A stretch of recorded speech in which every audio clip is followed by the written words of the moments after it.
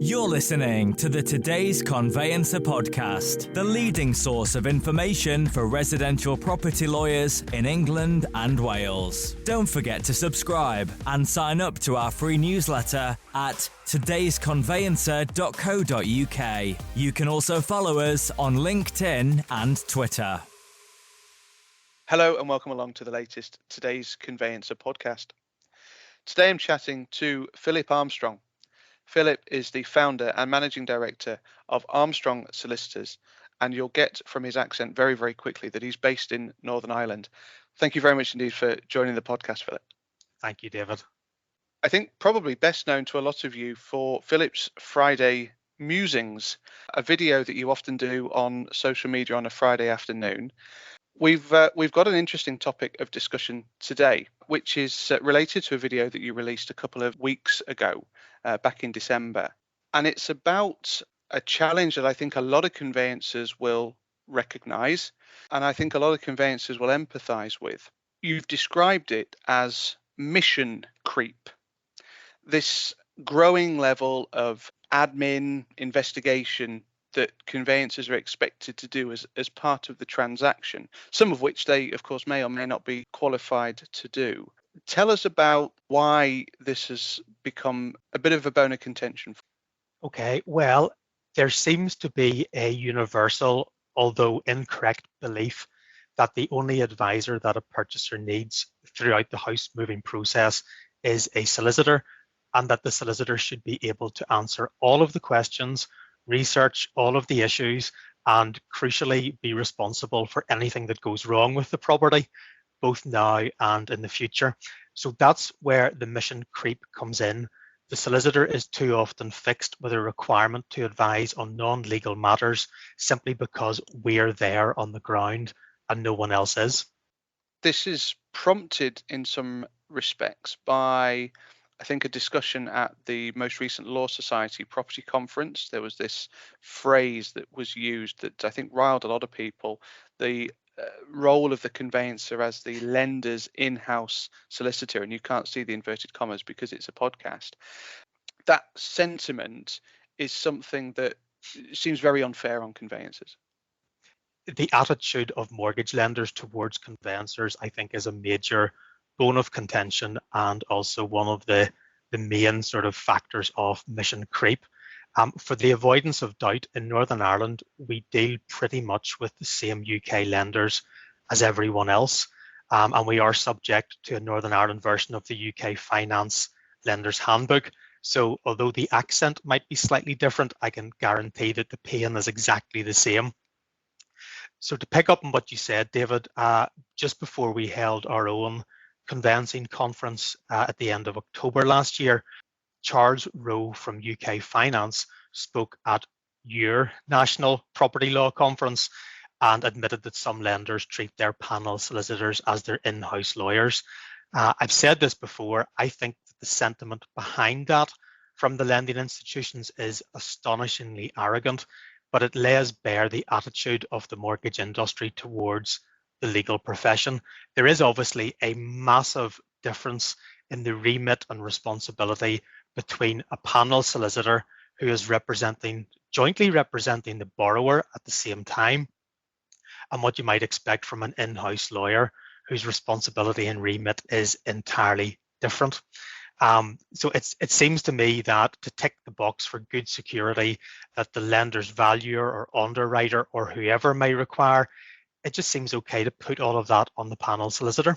The fact of the matter is that any purchaser of property needs at least 2 advisors, and probably more in many cases if there's a mortgage involved. The first advisor is obviously the solicitor, but the second is the surveyor.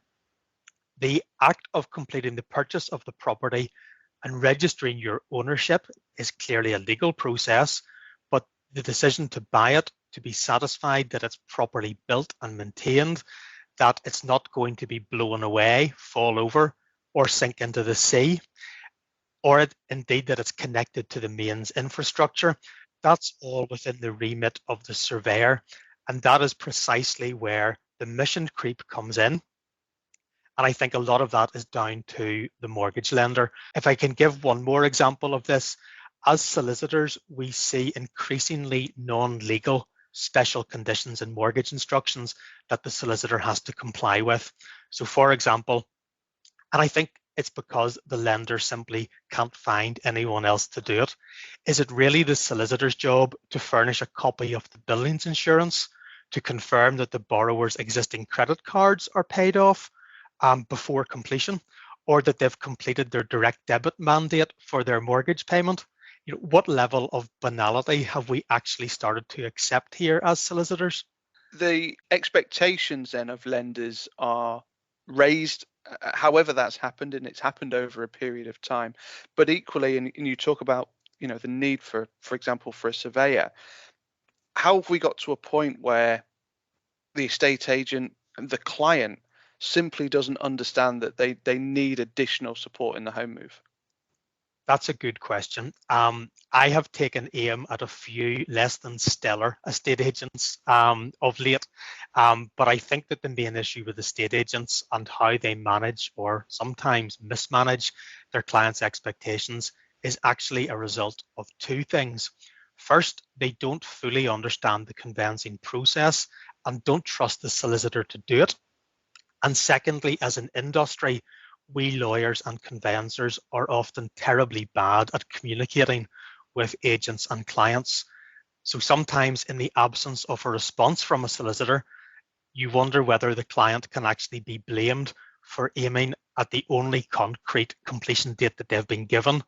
It's just a pity that it's from DFS or Currys or Sky or Virgin. But that partly, I think, sometimes is down to a lack of communication from the solicitor. Dare I say it, and you're right, we can take aim at a lot of other institutions. There are absolutely times when the conveyancing industry has to look at itself in the mirror and say, are we doing the very best that we could be, not just for ourselves, but for our clients? I think you're entirely right. One of the big issues that we have as a profession is that the client and other stakeholders don't give the conveyancer their rightful place at the center of the house moving process. And I think that goes to the heart of the matter.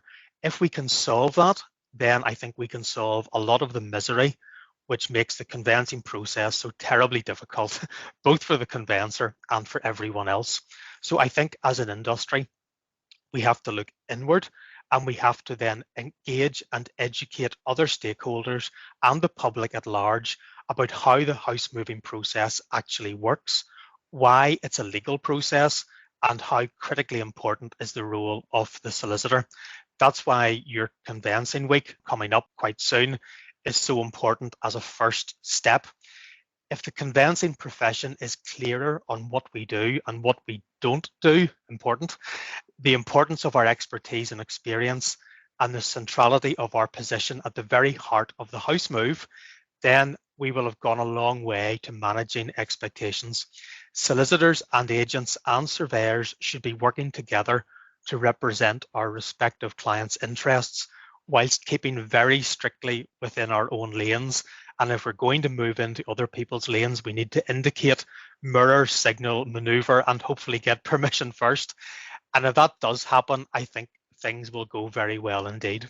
I can't say I've ever heard conveyancing compared to a driving lesson, but I think that's a great analogy.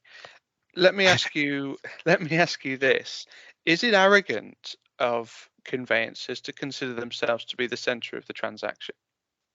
No, I believe it is a legal fact that house moving is ultimately a legal process. We can certainly recognize that we are central, but I think the issue comes where solicitors start to think that we are the only stakeholder in the actual process.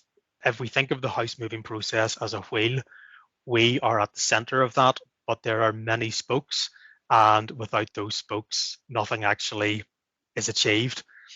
That's going to be a very tortuous analogy about things going round. I have to say, I've less often compared conveyancing to being on a motorway and more often compared it to being on the deck of the Titanic. I can do a whole episode on that. Is it then the role of the solicitor, the conveyancer, to better signpost their clients to some of these more peripheral parts of the process, a surveyor, the searches, for example? Yes and no, which is a fantastic answer for a solicitor to give. Yes, we should do that because, frankly, there is no one else in the process to do it. And certainly our Law Society of Northern Ireland, and I presume other law societies, sister societies in the UK, it is required that we do advise all of our purchase clients on the desirability of getting a survey, and that will even include new build properties. In fact, some people would say it's almost more important for new build properties, but that's definitely one for another episode. Because we are the only ones there who actually are advising solely the purchaser, yes, it sort of falls upon the solicitor to advise the desirability of getting a proper survey carried out. Whether that should be the case or not, I don't know, but I certainly think solicitors are happy enough to do that because it allows us to keep within our remit whilst actually allocating the other responsibilities to people who are more qualified to deal with it. We have to get over the challenge of convincing clients that the valuation is not a survey. That's a big hurdle to jump.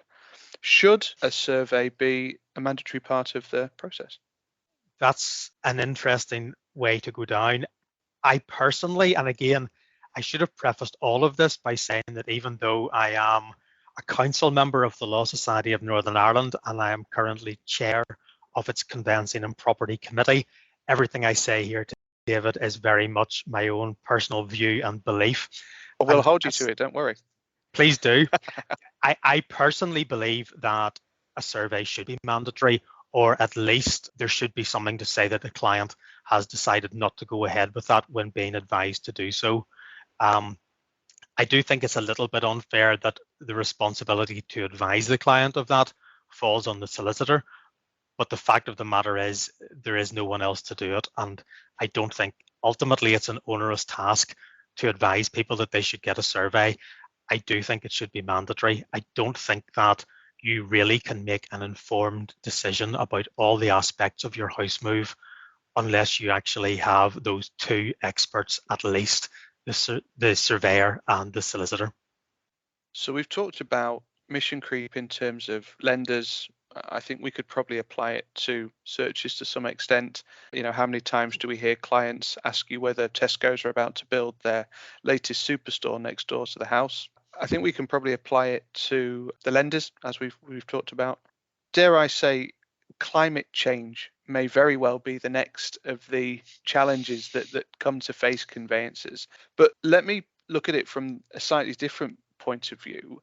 Increasingly, clients want to know about climate change and issues that affect their property, particularly, and we're talking in the middle of a cold snap, particularly when heating, for example, is now twice the cost of what it was just a few months ago.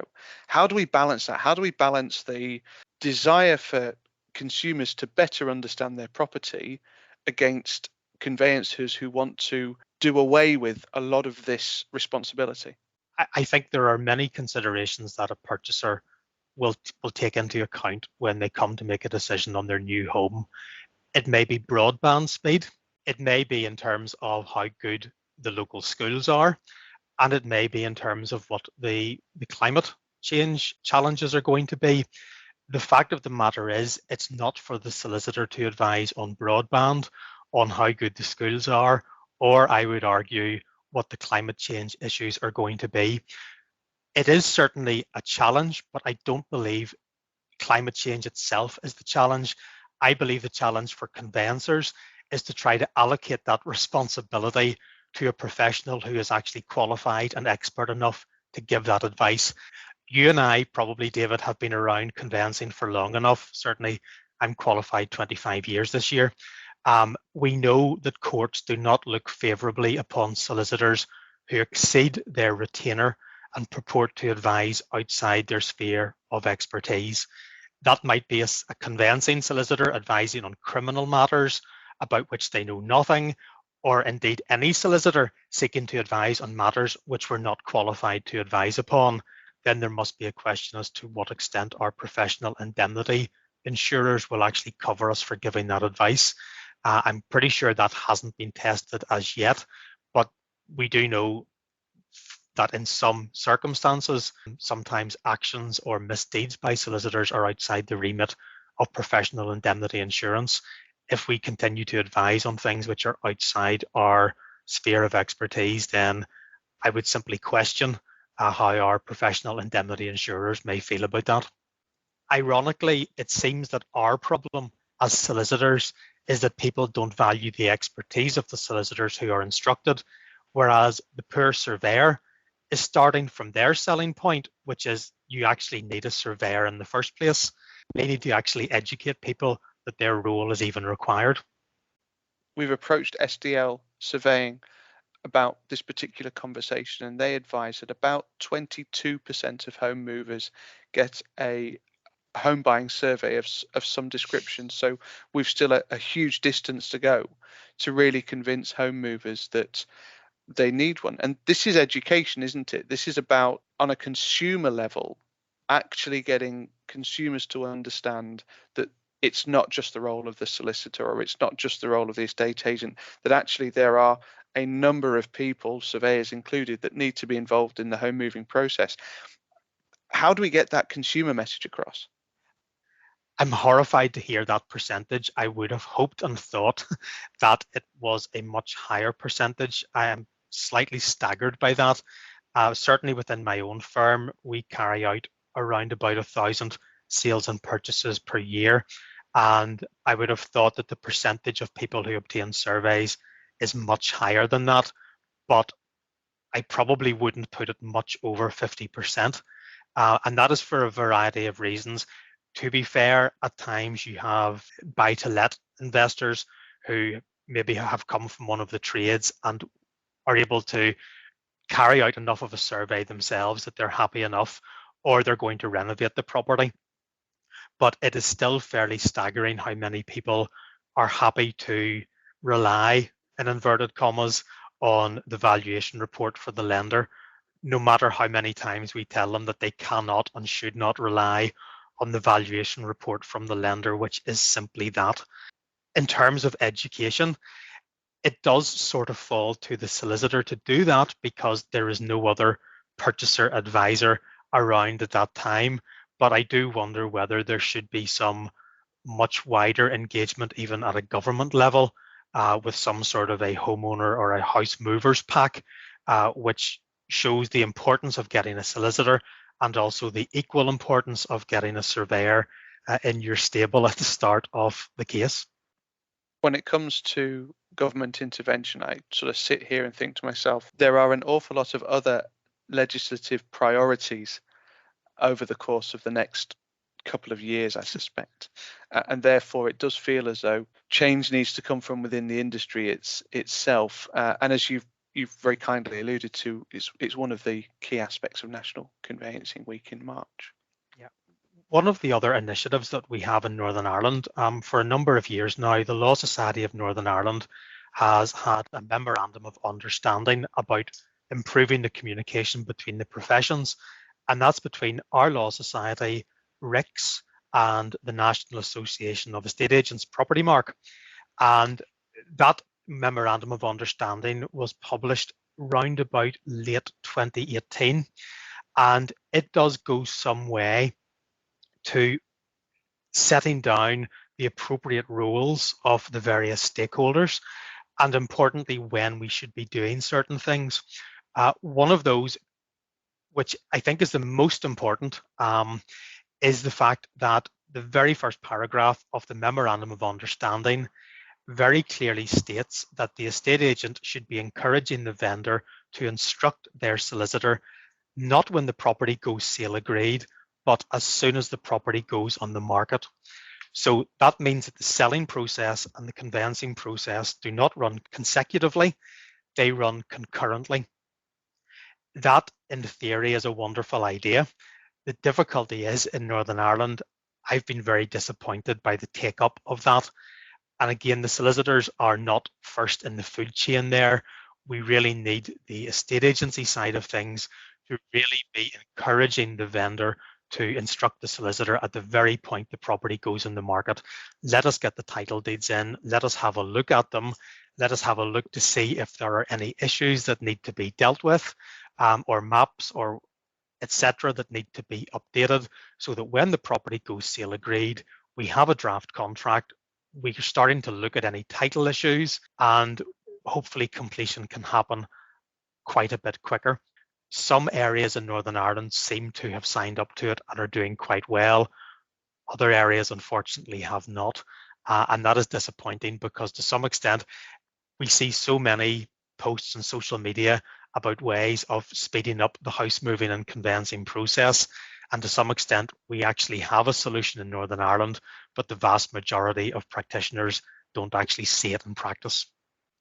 A sentiment that's shared in England and Wales as well, to be fair, Philip. It's certainly something that people like the Home Buying and Selling Group have been advocating. It's long been advocated by a number of large agency bodies and conveyancing bodies. It just doesn't seem to have permeated the culture of the home move. If there was an example, a prime example of how estate agents and solicitors, too often seen as enemies or competing interests in the same transaction, if there is one prime example of when they could be seen to be working together, it is that one. Get the property, as soon as the property goes on the market, get the vendor solicitor instructed. We talk about government and the fact that with the legislative priorities being elsewhere, it's unlikely that government will do anything about this. So why on earth can these industries of ours not work together? Why can't we agree that the solicitor needs to be instructed at the outset, at the earliest possible opportunity? I want to ask you what I think might be a controversial question. We're fast moving towards the end of the time that we've got. You very kindly contributed to a piece in today's Conveyancer recently, in which you discuss that without an arrest of the expansion of the conveyancing role, that it may lead to an existential crisis in conveyancing. Two questions. One, tell me more about that. What do you mean? And two, we want to shake up conveyancing, don't we? That's a wide-ranging question. It's a simple question and a wide-ranging answer, which would probably take an episode all on its own. I think that there are numerous issues that conveyancers face across the UK. I think some of them are possibly Northern Ireland specific or are more extreme in Northern Ireland since they relate to the features of a smaller jurisdiction. Let me start by saying that I don't believe that any solicitor firm has a right to have a conveyancing department. And if I may go further where angels fear to tread, I might observe that some conveyancing departments don't actually deserve to survive. So that's in some way answers your question about a shake-up. I think it is now impossible to be either a sole principal or a sole conveyancer in a law firm. For your mental health, I think that you need to have the support of other conveyancers, either very close by in your community or in your office. I believe that high street law firms should be at the core of the local community, and we should be recognised as trusted, independent and zealous advocates for our clients' interests. This is particularly the case in Northern Ireland, where for many years people have tended to shop local for their professional services. That has led to more sole practitioners or smaller firms where there is perhaps a sole conveyancer in the practice. The crisis is that there are generally no succession plans, or there are succession plans which can't be executed because it's almost impossible to recruit. In Northern Ireland particularly, but elsewhere in Great Britain, I suspect that we have a lot of competition from alternative legal service providers, the so-called international law firms' back offices, where they simply offer rewards packages that high street law firms outside of Belfast city centre simply could never compete with in 100 years. I think the other difficulty is that the way that law firms now are valued, especially smaller law firms, they're not worth enough for the principals to retire. There is way too much administration. Our fees are not high enough. The cost of compliance has gone up.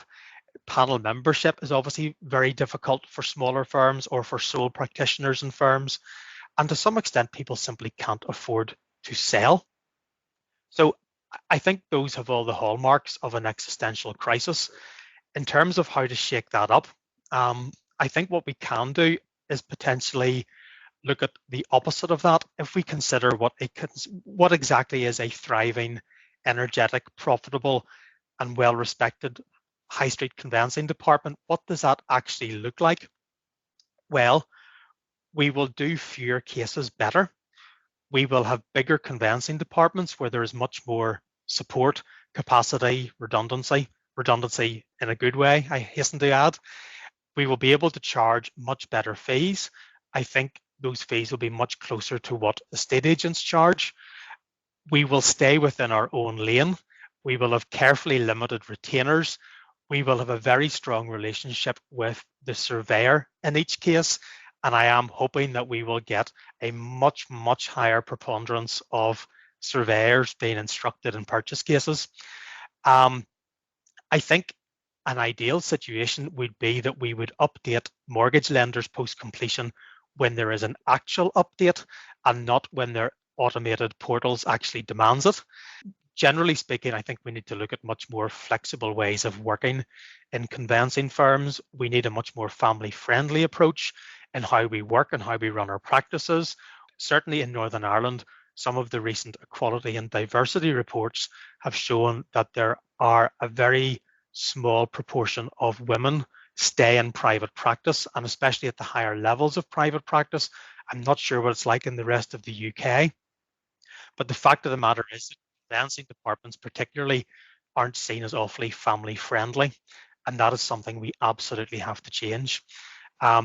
We have Northern Ireland's only conveyancing web app, which I'm continuing to develop, which gives those instant and engaging and simple updates to try to keep the clients and the other stakeholders updated. But that constant line of communication, which is simple and engaging, is fundamentally important. We need to use technology better, but only because we want to leave the conveyancer free to do the human stuff and to actually engage properly with the clients and the other stakeholders and to deal with the actual legal issues. The other existential threat and the potential answer for it is the whole idea about separate representation. This is something which unfortunately will come up in Northern Ireland. At our conveyancing conference last October, we did start to talk about separate representation and joint representation, and both in the room and online, there was a 66% vote towards having the debate again, not necessarily going for separate, but certainly to have the debate on whether separate representation is desirable. That is interesting because we know that the actual experience of that is fairly terrible. What it belies is the experience and the terrible experience that conveyancers have dealing with both lenders pre-completion and their panels post-completion and panel managers and portals. That is something which, to some extent, I suspect in Northern Ireland, David, we think that we have it worse because the portals really aren't designed for the Northern Ireland system of conveyancing, which is different from the rest of the UK. But from what I can see on social media, everyone sort of has the same issue with portals. Perhaps we in Northern Ireland are further down the line in wanting to do something about it, but we need to look at our relationship with lenders and how that actually changes and really makes it a miserable experience for the conveyancer. Rather serendipitously, that brings us right back round to where we started the conversation. All about mission creep, all about having some empathy for some of what you're talking about around actually helping conveyancers do the bit that's conveyancing and getting support in and getting surveyors or estate agents or lenders or a cohort of other people to pick up some of the bits around the edges that at the moment very, very much falls on the conveyancer's desk. Very much. And I think as well that the fact that the solicitor has to deal with so much some of which is outside our remit. That has led in the past and in the present to adversarial conveyancing. The whole point of conveyancing is you have a client and I have a client. We want to transfer ownership from us to you or from you to us. We want to make our clients' dreams come true. But yet the actual conveyancing process has become so adversarial. We really don't at times support our colleagues the way that we should. That is partly because we are under so much pressure, and the expectations on the legal profession and conveyancers are so utterly unrealistic and continue to be mismanaged. So to some extent, we really have to get a cultural reset here. We need to understand that the solicitor is central, that they should communicate better, they should communicate in more engaging terms, but ultimately we are the ones who actually will manage the transaction and push it forward. We need support from lenders, we need support from estate agents, we need support from surveyors, and we need understanding from our clients. That sounds like an utter utopia, but nevertheless, what you're doing with Conveyancing Week, we need to have this ongoing engagement with everyone, all of the stakeholders and the public, to try to make it much clearer. Number one, that conveyancing is incredibly important. Number two, it is not the only aspect of moving house, and that really you must get a surveyor to advise you on the elements that solicitors cannot advise on. And number three, mortgage companies need to have a much better in-house legal team of their own who can advise them on whether a particular property is good security. That should not necessarily be left to the borrower solicitor. A utopia it might be, but there's no reason why we can't aim for something that looks a little bit less adversarial and a bit more collaborative, as you suggest, Philip. It's been brilliant to have you on the podcast. Thank you very much indeed for joining. David, it has been an absolute pleasure. Thank you so much for the opportunity to speak with you and your listeners today. And I wish you every success with National Conveyancing Week. Thank you very much indeed, Philip. The Today's Conveyancer podcast is available on your preferred podcast provider. It's also available on todaysconveyancer.co.uk. My thanks to Philip. Thank you for listening, and we'll see you again soon. You're listening to the Today's Conveyancer podcast, the leading source of information for residential property lawyers in England and Wales. Don't forget to subscribe and sign up to our free newsletter at todaysconveyancer.co.uk. You can also follow us on LinkedIn and Twitter.